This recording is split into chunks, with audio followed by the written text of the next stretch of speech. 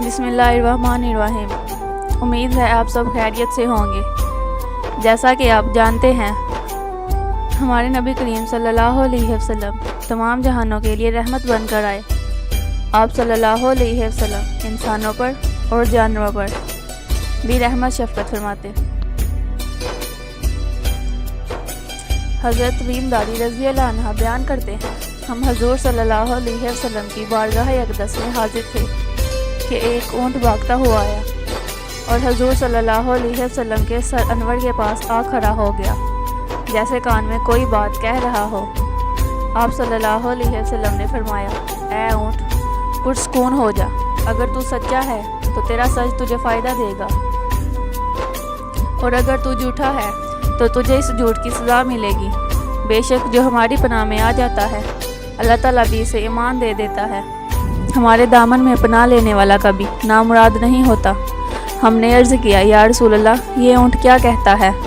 آپ صلی اللہ علیہ وسلم نے فرمایا، اس اونٹ کے مالکوں نے اسے ذبح کر کے اس کا گوشت کھا لینے کا ارادہ کر لیا تھا، اور یہ ان کے پاس سے بھاگ آیا ہے، اور اس نے تمہارے نبی صلی اللہ علیہ وسلم سے مدد مانگی ہے۔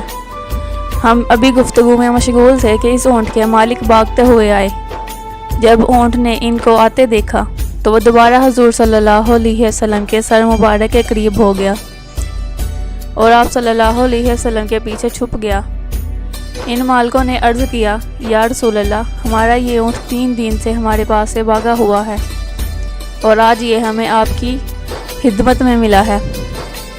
اس پر آپ صلی اللہ علیہ وسلم نے فرمایا، یہ میرے سامنے آپ کی شکایت کر رہا ہے۔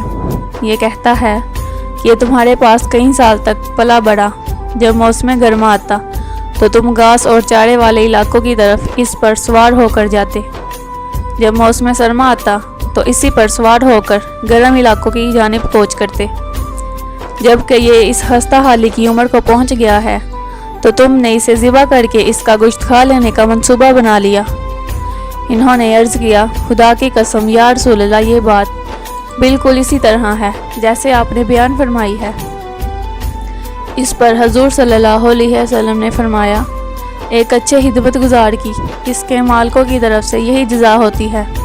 وہ عرض گزار ہوئے، یا رسول اللہ، اب ہم نہ اسے بیچیں گے اور نہ ہی اسے ذبح کریں گے۔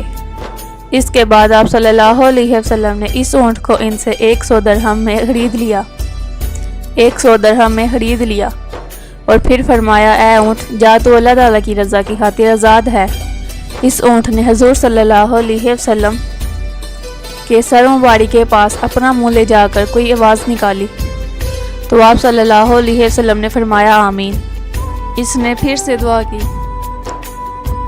آپ صلی اللہ علیہ وسلم نے پھر فرمایا، آمین۔ اس نے پھر دعا کی۔ آپ صلی اللہ علیہ وسلم نے پھر فرمایا، آمین۔ اس نے جب چوتھی مرتبہ دعا کی تو آپ صلی اللہ علیہ وسلم آپ دیدہ ہو گئے، آنکھوں میں آنسو بہنے لگے۔ ہم نے عرض کیا، یا رسول اللہ، یہ اونٹ کیا کہہ رہا ہے؟ آپ صلی اللہ علیہ وسلم نے فرمایا، اس نے پہلی دفعہ کہا، اے نبی پاک صلی اللہ علیہ وسلم، اللہ تعالیٰ آپ کو اسلام اور قرآن کی جانب کی طرف سے بہترین جزا عطا فرمائے۔ میں نے کہا، آمین۔ پھر اس نے کہا، اللہ تعالیٰ قیامت کے روز آپ کی امت سے اسی طرح خوف کو دور فرمائے جس طرح آپ نے مجھ سے خوف کو دور فرمایا۔ میں نے کہا، آمین۔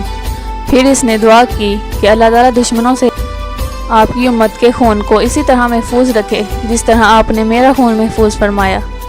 اس پر بھی میں نے کہا، آمین۔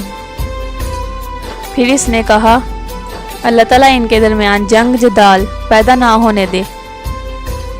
یہ سن کر مجھے رونا آ گیا، کیونکہ یہی دعائیں میں نے بھی اپنے رب سے مانگی تھیں، تو اس نے منع فرما دیا۔